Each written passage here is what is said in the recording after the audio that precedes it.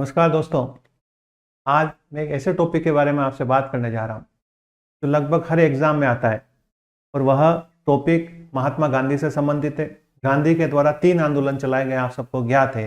राष्ट्रीय स्तर के एक असहयोग आंदोलन, नॉन कोऑपरेशन मूवमेंट, एक सविनय अवज्ञा आंदोलन और तीसरा है भारत छोड़ो आंदोलन, जिसे क्विट इंडिया मूवमेंट के नाम से जानते हैं। मैं आज एक ऐसे टॉपिक के बारे में बात करने जा रहा हूं जो लगभग हर सिलेबस में आता है। दूसरा, हर एग्जाम में यहाँ से एक क्वेश्चन जरूर पूछा जाता है।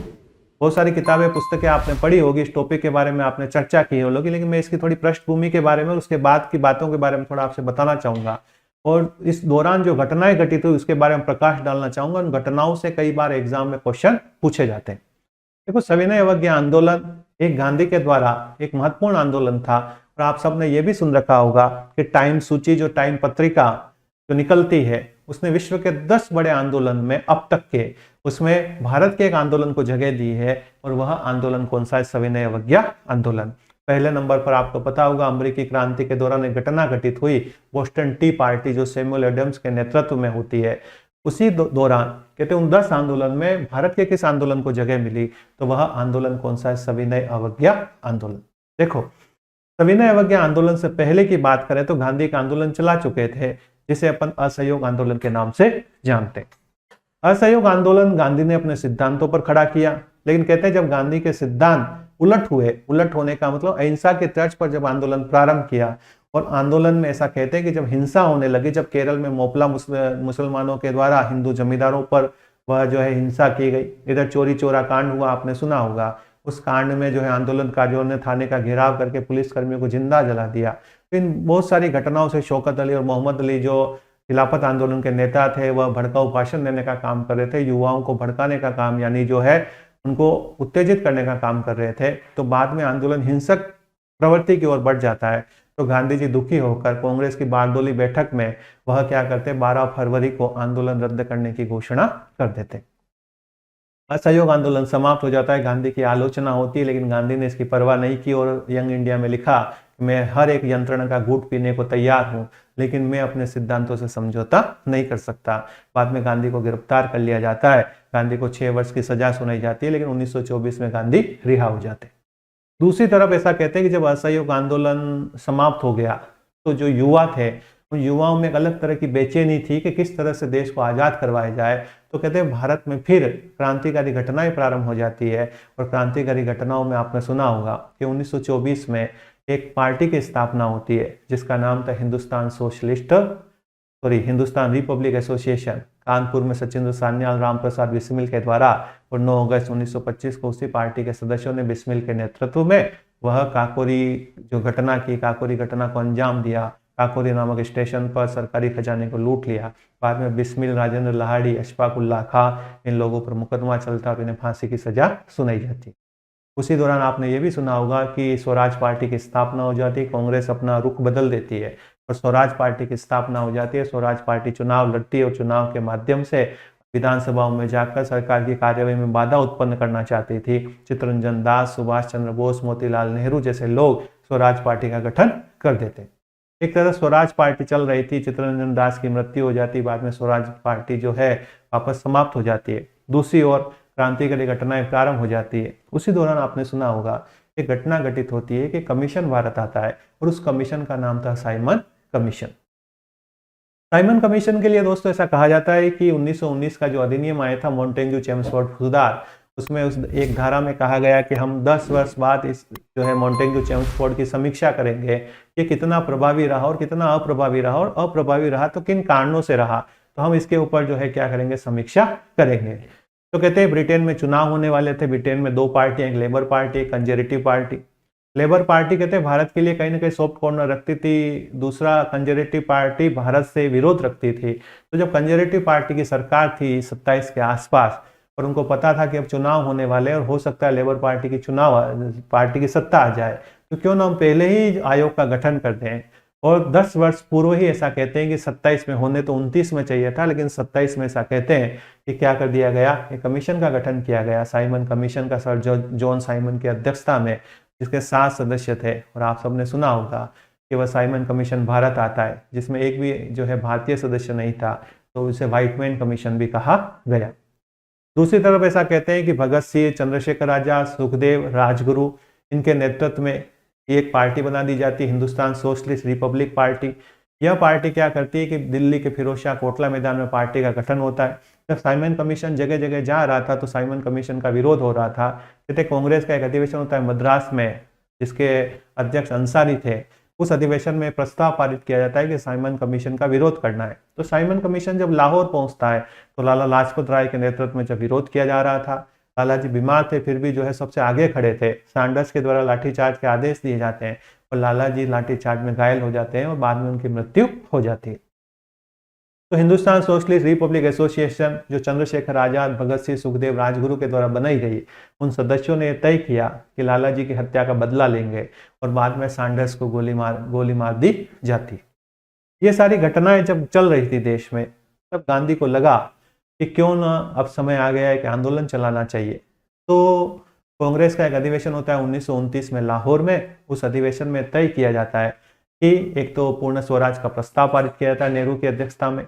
दूसरा, पहली बार स्वतंत्रता दिवस मनाए जाने की घोषणा की जाती है। इसी क्रम में 26 जनवरी 1930 को पहली बार रावी नदी के तट पर कहते स्वतंत्रता दिवस मनाए जाने के लिए झंडा फहराया था। तीसरी बार इसी अधिवेशन में सविनय अवज्ञा आंदोलन का प्रस्ताव लिया जाता है। अब चर्चा ये चलती है कि आखिर इसका नेतृत्व दे किसको। तो बाद में कांग्रेस कार्य समिति की एक बैठक होती है कहाँ पर, तो साबरमती में, और कहते हैं कि सारे अधिकार सविनय अवज्ञा आंदोलन चलाने के जनवरी 1930 में गांधी को सौंप दिए जाते। इससे पहले मैं थोड़ा स्पष्ट कर देना चाहता हूं आपके सामने कि कांग्रेस के सम्मेलन क्या है और कांग्रेस कार्य समिति की बैठक क्या है। तो कहते हैं कि जब असहयोग आंदोलन चल रहा था तो गांधी को लगा कि आंदोलन इतना प्रभावी नहीं रहा है, क्योंकि जब तक कांग्रेस का सपोर्ट नहीं मिलेगा तब तक आंदोलन नहीं चल सकता, क्योंकि उस समय गांधी से बड़ी कांग्रेस थी, लेकिन बाद में कांग्रेस से बड़े गांधी हो गए आगे जाकर। तो जब कांग्रेस का एक अधिवेशन होता है नागपुर में 1920 में, जिसकी अध्यक्षता विजया राघवाचारी करते हैं, उस अधिवेशन में कांग्रेस के संविधान में एक बहुत बड़ा बदलाव किया जाता है। और बदलाव यह था कि अब जब भी महत्वपूर्ण निर्णय लेने होंगे उन निर्णय में अब कांग्रेस के सम्मेलन बुलाने की आवश्यकता नहीं है। अब यह किया जाएगा कि 15 सदस्यों की एक वर्किंग कमेटी बनाई जाएगी। वह वर्किंग कमेटी कार्य समिति बनाई जाएगी, वह सारे महत्वपूर्ण निर्णय वह वर्किंग कमेटी लेगी। बार बार सम्मेलन बुलाने की आवश्यकता नहीं है। तब से लेकर आज तक आपने देखा होगा कि कांग्रेस जो वर्तमान की कांग्रेस है उसमें भी सारे महत्वपूर्ण निर्णय वर्किंग कमेटी लेती है, जिसे CWC कांग्रेस वर्किंग कमेटी के नाम से जाना जाता है। अगर बात करें तो उसमें 15 सदस्य हैं। राजस्थान की बात करें तो मुख्यमंत्री अशोक गहलोत और उदयपुर से रघुवीर मीणा उसके सदस्य हैं।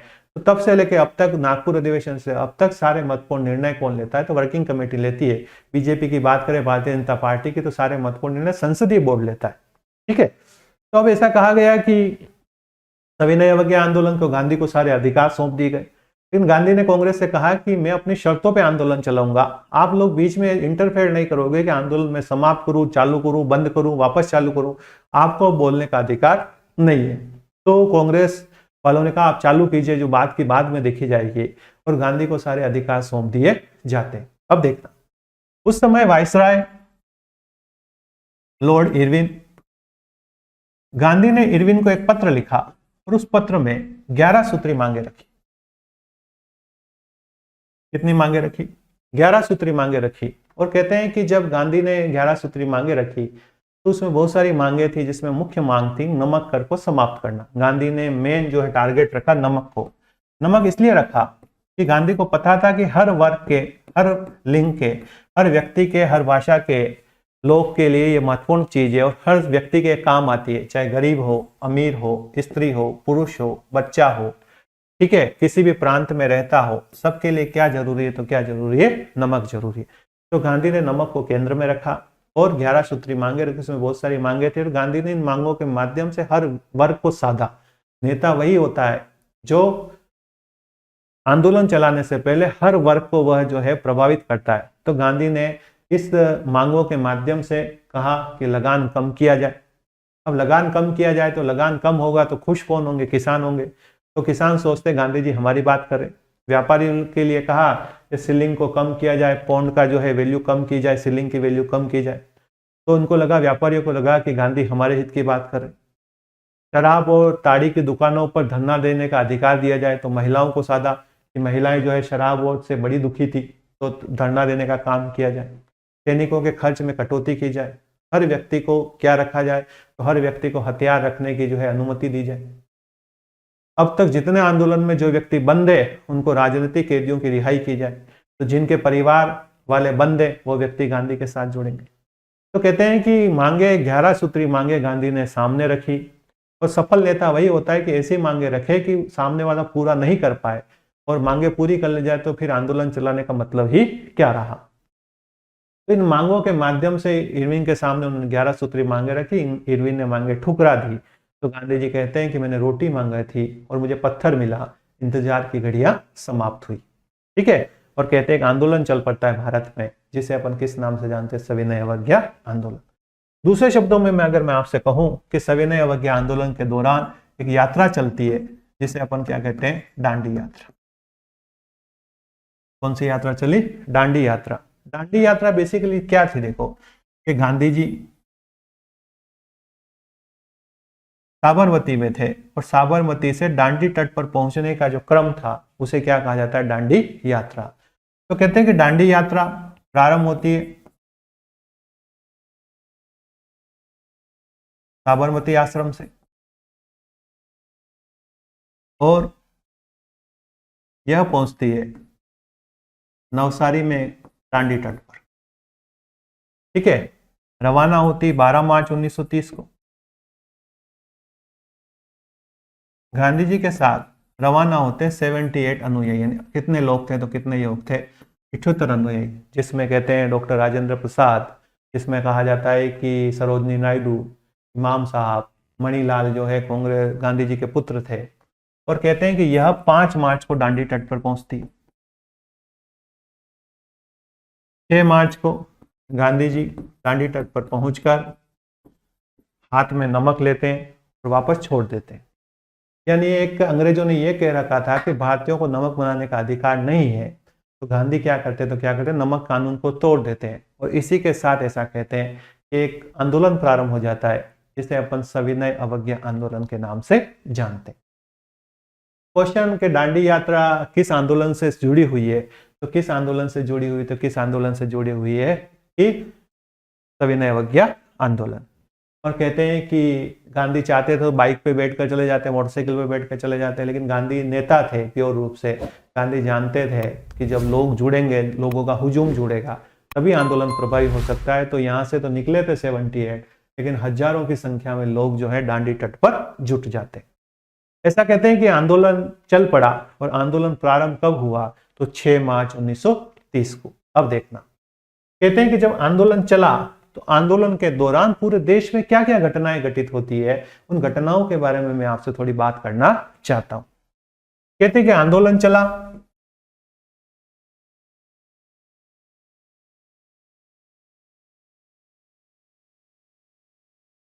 तो कहां पर क्या क्या घटनाएं घटित हुई उसके बारे में अपन थोड़ी बात करते हैं। ठीक है, तो आंदोलन का केंद्र तो दांडी था। अब देखो, कहते हैं कि जैसे ही आंदोलन प्रारंभ हुआ, पूरे देश में नमक यात्राएं प्रारंभ हो जाती। देश में नमक यात्राएं प्रारंभ हो जाती है, तो यहां पर तमिलनाडु में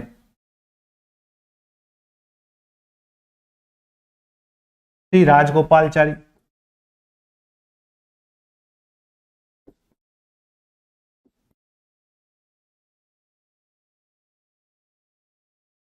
के द्वारा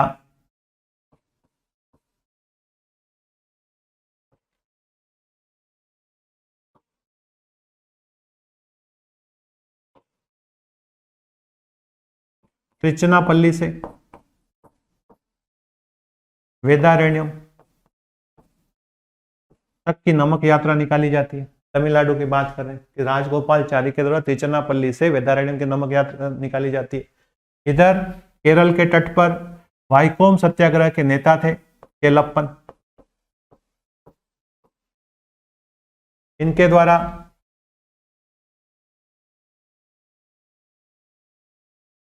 कालीकट से पेन्नारम की यात्रा निकाली जाती। ठीक है, किसके द्वारा? केलप्पन के द्वारा। दक्षिण भारत की बात हो रही है। इसका मतलब आंदोलन का प्रभाव दक्षिणी भारत में रहा। राजगोपालचारी के द्वारा तिरुचिरापल्ली से वेदारण्यम की यात्रा, केलप्पन के द्वारा कालीकट से पेनारम की यात्रा निकाली जाती। इधर अपन बात करें कहां पर, तो असम में छात्र और छात्राओं के द्वारा कन्नीगम सर्कुलर का विरोध किया जा रहा था।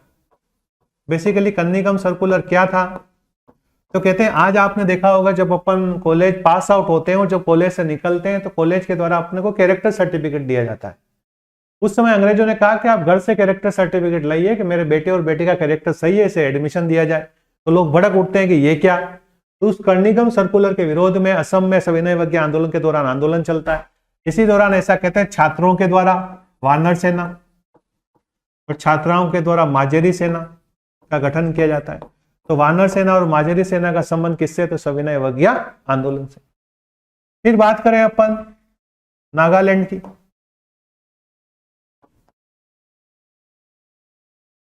कहते हैं कि नागालैंड में आंदोलन का नेतृत्व किसके द्वारा किया जा रहा था, तो एक 12 वर्षीय बालिका थी गोडेनल्यू। बाद में इसे गिरफ्तार कर लिया जाता है और ऐसा कहते हैं कि बाद में जवाहरलाल नेहरू से रानी की उपाधि देते। क्वेश्चन आया रानी की उपाधि नेहरू ने किसे दी, तो गोडेनल्यू को, आजादी के बाद रिहा होती। तो नागालैंड में आंदोलन का नेतृत्व कौन कर रही थी, गोडेनल्यू कर रही थी। फिर कहते हैं कि बिहार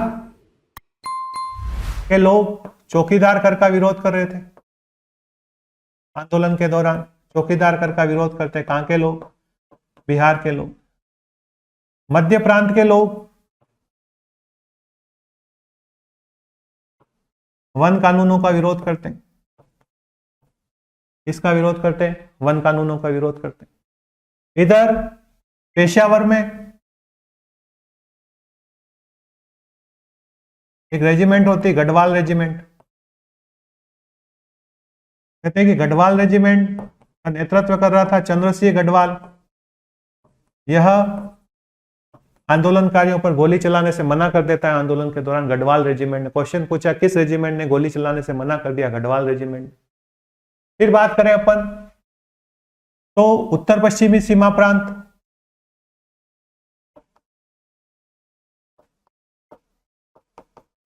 यहां पर आंदोलन का नेतृत्व कर रहे खान अब्दुल गफ्फार खान, जिन्हें फ्रंटियर गांधी, सीमांत गांधी कहा गया। क्या कहा गया, फ्रंटियर गांधी, सीमांत गांधी। इनके द्वारा जो आंदोलन चलाया जा रहा था उसमें लाल कपड़े पहन रहे थे लोग, तो लाल कुर्ती दल कहा गया। दल को खुद ही खिदमतगार कहा गया।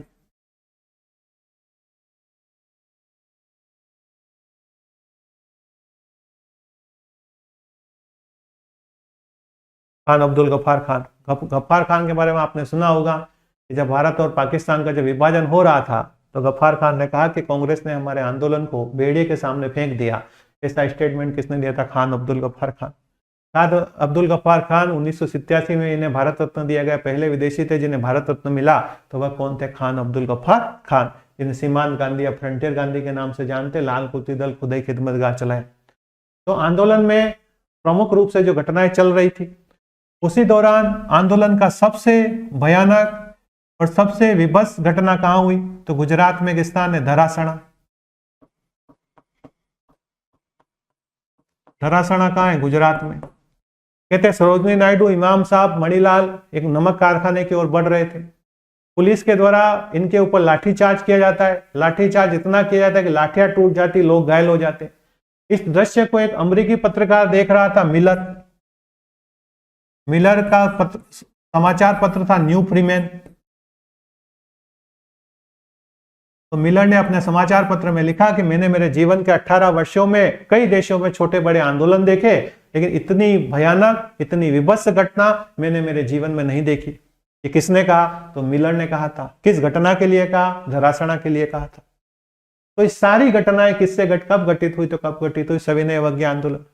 फिर पूछ लिया जाए आपसे कि सविनय अवज्ञा आंदोलन की मूल विशेषता क्या थी, तो दो महत्वपूर्ण विशेषता। व्यापारियों ने बढ़ चढ़कर भाग लिया। इससे पहले असहयोग आंदोलन में व्यापारी दूरी बनाए रखते। दूसरी महत्वपूर्ण विशेषता, महिलाओं ने इस आंदोलन में महिलाओं के बड़े वर्ग ने भाग लिया। शराब और ताड़ी की दुकानों पर धरना दिया महिलाओं ने। ठीक है, तो ध्यान रखना ये सारी घटनाएं घटित होती है कौन सी, सविनय अवज्ञा आंदोलन। आंदोलन अपने चरम पर था, तेज बहादुर सप्रू जयकर गांधी जी से मिल जाते हैं और इरविन से समझौता करवा देते हैं। 5 मार्च 1931 को गांधी और इरविन के मध्य समझौता हो जाता है और इसी के साथ गांधी आंदोलन समाप्त करने की घोषणा कर देते। कहते हैं कि बहुत सारे लोग गांधी के इस फैसले के खिलाफ हो गए, लेकिन गांधी ने इसकी परवाह नहीं की। 5 मार्च 1931 को जब आंदोलन समाप्त हो जाता है, इसे दिल्ली समझौता कहा गया। इसके बाद कांग्रेस का अधिवेशन होता है 1931 में कराची में, जिसकी अध्यक्षता वल्लभ भाई पटेल करते हैं। उस अधिवेशन में गांधी के इस फैसले के कारण, क्योंकि गांधी ने राजनीतिक कैदियों की रिहाई की तो बात की, लेकिन भगत सिंह, सुखदेव और राजगुरु की रिहाई की बात नहीं की। बाद में उन्हें फांसी दे दी जाती है, तो गांधी को यहाँ काले झंडे दिखाई जाते हैं, गांधी हाय हाय के नारे लगाए जाते हैं। तो कांग्रेस के किस अधिवेशन में गांधी का विरोध हुआ, तो कराची अधिवेशन में हुआ। और कहते हैं कि गांधी को जब यहाँ विरोध झेलना पड़ा, फिर भी गांधी इसकी परवाह नहीं करते। और कहते हैं कराची अधिवेशन में गांधी इरविन समझौते का अनुमोदन कर दिया जाता है, पुष्टि कर दी जाती है और आंदोलन समाप्त हो जाता है। कांग्रेस के द्वारा द्वितीय गोलमेज सम्मेलन में भाग लेना तय कर दिया जाता है। तो ये मैंने आपको बताया क्या कि सविनय अवज्ञा आंदोलन के दौरान क्या क्या घटनाएं घटित हुई, उसके बारे में यहाँ से एग्जाम में वो सारे क्वेश्चन पूछे जाते हैं। धन्यवाद।